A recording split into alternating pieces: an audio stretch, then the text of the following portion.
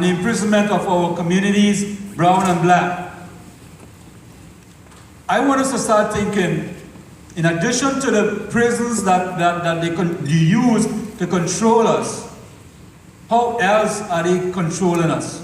What bars have they placed around us to control our lives, right?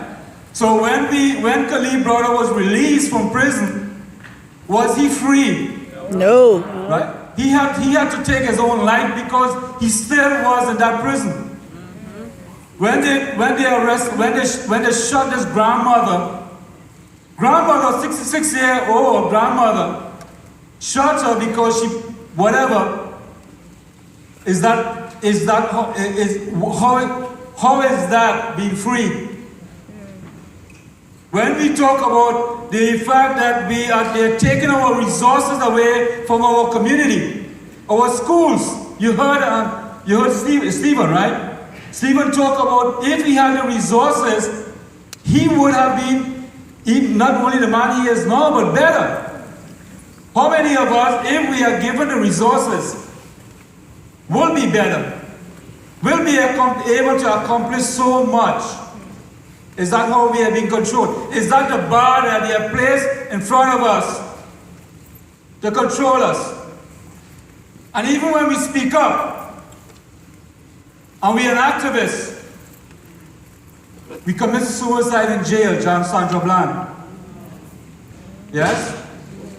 And even when we stand up to speak up for our rights, for justice, for each other, Black Lives Matter, they call us terrorists. They call us violent. We are singing, we are holding hands, singing songs, speaking out, and we are violent. Yet when they rope, when they tiki torches, when they AK-47s and 15s, and they have good people behind them. Right? What is the bar that they are placing in front of us to control our lives? They are controlling our lives. The problem is, we allow them to control our lives. So I have spent 3 years in federal prison. I've been to the box. I've been through that. And I spent 2 years in immigration detention. I've been fighting my immigration for, this is better, for 12 years. 12 years I've been fighting my deportation.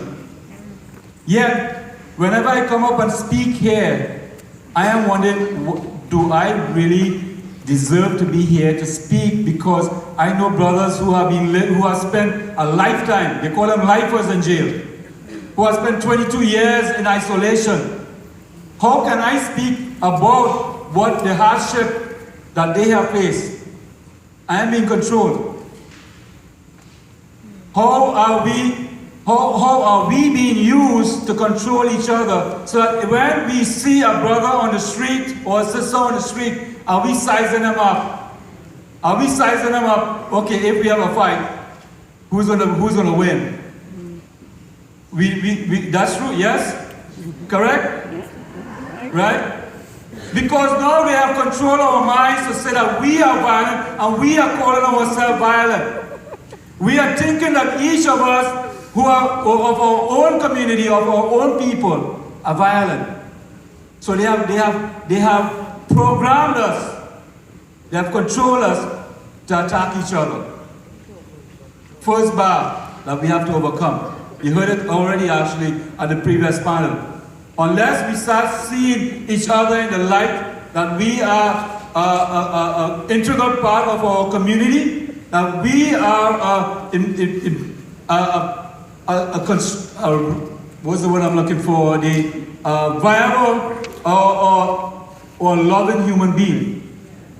Loving human being. Let's be real. This is where we need to go. We need to be a loving human being so that every one of us can live in dignity. Now the problem is, we can say all of that. The problem is, where are we right now? What is the landscape we are facing right now? So many of you have seen what happened on January 11th. I don't know if you know, but when they took me to the hospital and I was handcuffed, we had 20 officers surrounding me. 10 of them were from NYPD, fully armored, right there.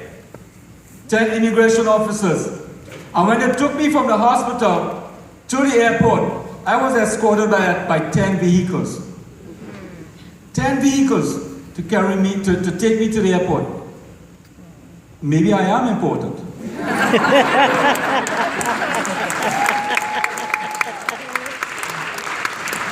And you know something? I am dangerous. You know why I am dangerous? Because I speak up. Yeah. I am dangerous because I tell the truth.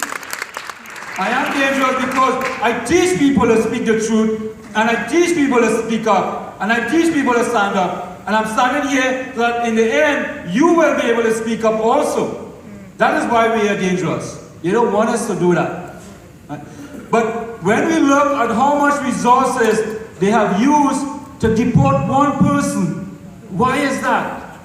Because if you look at what the administration is saying, let's look at what they are doing and saying. When they talk about shit, I can say shithole, right? Say it. When they talk about, when he says, why are people from those shithole countries coming into the United States? Why are we allowing them? And then why can't we have more people from Norway coming in? What does that say about this administration mandate? That they want to get rid of people of color. Yep. Yes. It is an ethnic cleansing that they are trying to use to take. To do. Yep. And they're using immigration as the basis for that. But that's not, let's be real. When they remove the immigrants, they're coming after you, bro. Yep. Right? They're coming after you. They're coming after you. You may be a female, but it doesn't matter. You are a person of color. You need to be, they want you out of here. In fact, how many of you remember the voting rights problem in North Carolina, Alabama? Mm-hmm. You know how they got that legislation in? They said, we need to stop immigrants from voting, to stop committing fraud. We knew that was bullshit. Am I allowed to say these things? I'm going to say it anyhow. I love him. But because we don't vote, and we will say to people, you need to step up and stop this. No one listened to us because it was an immigration issue. And when it actually passed, what happened? Who did it affect?